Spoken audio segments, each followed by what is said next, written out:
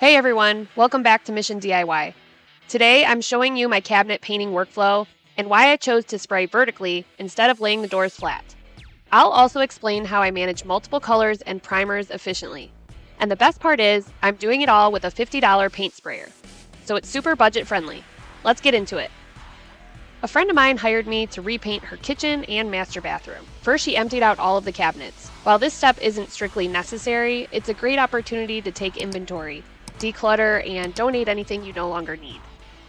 It also made it much easier for me to thoroughly clean the inside of each cabinet and drawer with soapy water. Next, I removed all the doors and drawer fronts and labeled everything carefully. For the doors, I wrote the labels inside the hinge holes and covered them with tape. For the drawers, I labeled the back side, where it would eventually be hidden by the drawer box, and taped over that as well. I also labeled the cabinet boxes themselves, U1, U2, etc. for uppers, L1 through L5 for lowers, and B1, B2, and so on for the bathroom. One important detail is planning where your hanging hooks will go. Even if you fill and paint over the holes later, they can still be noticeable if placed in the wrong spot. To avoid this, I marked the ends where the hooks would go, on the top edge for upper doors and the bottom edge for lower doors, so any holes would remain out of sight. I used a product called Emerald from Sherwin-Williams in semi-gloss for all the paint. It's a great paint that cures well and it's wipeable. Before I started painting, I sanded all the bases with 220 grit sandpaper and primed them. The uppers got white and the lowers got a tinted gray. I rolled and brushed all of the cabinet bases with a foam roller and trim brush. The bases look pretty good, but you can see some brush strokes and roll marks.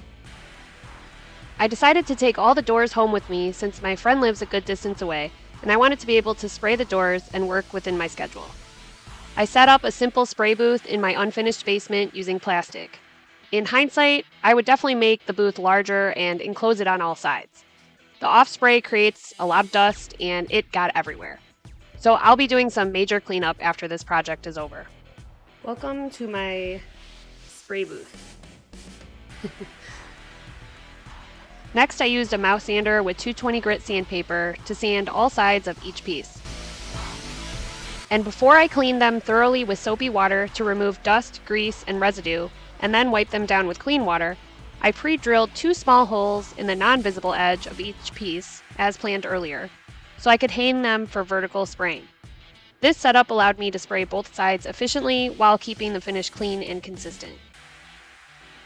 I used random stuff in my basement to build myself some racks. I built this hanging rack, and it is made with 2 2x4s, and I secured it to the ceiling with some screws, and I drilled holes in the sides here, and put some black gas pipe. It's really strong. It's definitely, like, it's not moving at all, and that black pipe is really strong. It sure beats this rinky-dink kind of closed hanging rack that I have, and I think I'm still going to use this just for even, like, spacing them apart. So I have 5 colors I need to spray. These ones from here to there, those are the bathroom, and those will need gray primer, and then a color called Really Teal from Sherwin-Williams. And then these 6 on the side here are the upper cabinets in the kitchen, and those will need to be primed in white and then painted just pure white. And I'm using Emerald from Sherwin-Williams. So these will be the gray primer, and then this color right here, it is called Loyal Blue. It's really pretty. Loyal Blue, and these will be the lower cabinets in the kitchen. So overall, I have 5 colors, and I need to be kind of meticulous in how I space these apart and how I spray them and cleaning the spray gun and everything. So it's just going to take a little bit more diligence with that. I found this. Remember this? I used this to try to make my giant spinning wheel for VBS, but it didn't work. We installed it on the giant spinning wheel and it didn't spin easy enough, so this was still in the garage, and I'm going to try to use this. Check out the link below if you're interested in seeing a video about that giant spinning wheel. It's pretty cool. So I'm going to put this on here. This is going to kind of be like jerry-rigged. And then I think I'm gonna secure this to the ceiling because it's open ceiling and I don't really care about putting holes in it. It's my unfinished basement. And then I'm going to put the other side to another piece of wood, like so, and then hang a hook from it. And then I'm going to be able to hang my cabinet from it. So we'll see if that works. Here is my very rigged up spray paint turner thing. So I found all these materials in my basement. So it was kind of free, technically not free because I had bought this stuff before, but didn't have to pay any more money right now. So I can grab either of these sides and turn my piece. So while I'm spraying, I can spin it.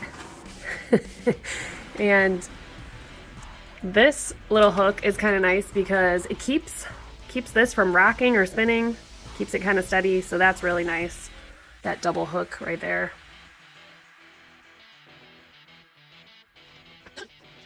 Okay guys, finally it was time to start spraying. I unpacked my $50 sprayer and the instructions say to dilute the paint so that it empties the viscosity cup within 20 to 50 seconds. The dilution instructions vary based on if you're using primer or paint or something else. So that kind of seems like a big range to me, but anyway, I did as it said, and my first coat of the white primer was way too thin and runny. By the way, I used Pro Block Primer. I should have listened to my conversation with AI about this from the beginning instead of the instructions, because I was asking it specifically about my brand of paint. It told me not to dilute it at all. I tried that next, and it was a bit sputtery. So the compromise was adding a tiny bit of water. I used the 1.0 spray nozzle per the instructions in the box, which worked out. I did 2 coats of white primer, lightly sanding between coats to remove little sputters or imperfections. Then moved on to the gray and did 2 coats of that. Washing out this spray gun isn't too bad. You empty the paint and then wash everything under running warm water. When I switched from the gray primer back to white paint, I did spray some water through it before switching paints, but it didn't seem necessary, so I didn't do that again between switching colors. While I was sanding and doing other stuff, I strained the paint. The spray gun comes with several of these paint strainers. I also fixed some imperfections that became visible after the primer coat, and touched them up with a bit of primer. Once the primer was dry, I moved on to the paint. Again, I used 3 colors, and this is where things got super annoying. I sprayed the white first to avoid contamination of the dark colors onto my white doors. This went fine, but I had to move on to the first coat of each color and couldn't wait for each to dry without also drying out and clogging the sprayer. So I washed my sprayer and changed colors. The changing of colors was a killer. If these were all in one color, it would have been much smoother and quicker. So if you're charging for a job like this, make sure you charge extra for each color, knowing you'll have to deal with this, and keep doors separate and everything organized. I was really paranoid about confusing one of the doors and spraying it the wrong color. Glad that didn't happen though. But yeah, spraying 1 coat at a time and then thoroughly washing the sprayer and switching colors was a big pain. I probably washed that sprayer at least 10 times. So why I decided to do vertical instead of horizontal. Vertical spraying is more efficient for a few reasons, because it allows you to paint all sides of the door at the same time, and the paint dries unobstructed. So as the paint dries, it's never touching anything while drying. Hanging racks are also cheap and you can make them yourself. The cons though, it doesn't really minimize setup space. I still needed a hanging rack instead of a big horizontal rack. You need to watch out for drips. Having the right mixture helps, but there were a couple problem drips that I had to sand out and respray. There's extra time to install all the hanging hooks and remove them. I didn't bother filling and painting the holes because they're not visible in the finished project, but if you fill holes, it will add a lot of extra time. I don't know if one really outweighs the other, because with horizontal spraying, you'd still have to build a big rack, and that would take a lot more time. But then you wouldn't really have to worry about drips. I'm curious to hear what you would do though. Would you spray vertically or horizontally? Let me know in the comments below. After painting, I waited 5 days to let these babies cure before transporting them to their new home kitchen. I'm sure my friend was getting a little antsy to get the kitchen back in order, but a little extra cure time ensured that these didn't scratch or dent during the ride. I leaned them vertically in the back of my van with thin foam sheets in between. and pretty much drove like a granny to her house. Even with a simple, affordable sprayer, which you can find a link to in the description below, this method gave me smooth, professional-looking results without spending hundreds of dollars.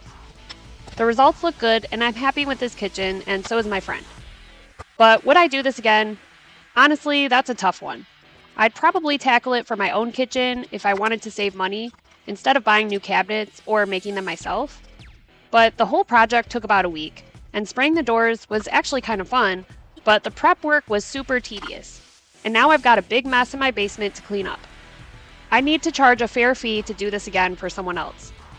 A good rule of thumb for pricing cabinet work is about $100 per linear foot, plus $50 per door or drawer front. For a project like this, that would have been roughly $5,000. I ended up charging my friend $1,000, which was definitely a favor price.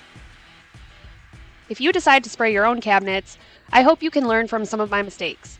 And if nothing else, do yourself a favor and build a 4-sided spray booth and hang your doors somewhere outside your main workspace. It makes cleanup so much easier. I'm so glad this project is over, but this whole process reminded me of a little truth from Colossians 3:23. Whatever you do, work at it with all your heart, as working for the Lord, not for human masters. Even the tedious prep, sanding, and cleanup, it all matters when you put your heart into it. Let me know if you decide to paint your cabinets and what you'd do differently. If you liked this video, give it a thumbs up, subscribe, and stay tuned for the next Mission DIY project. Happy painting!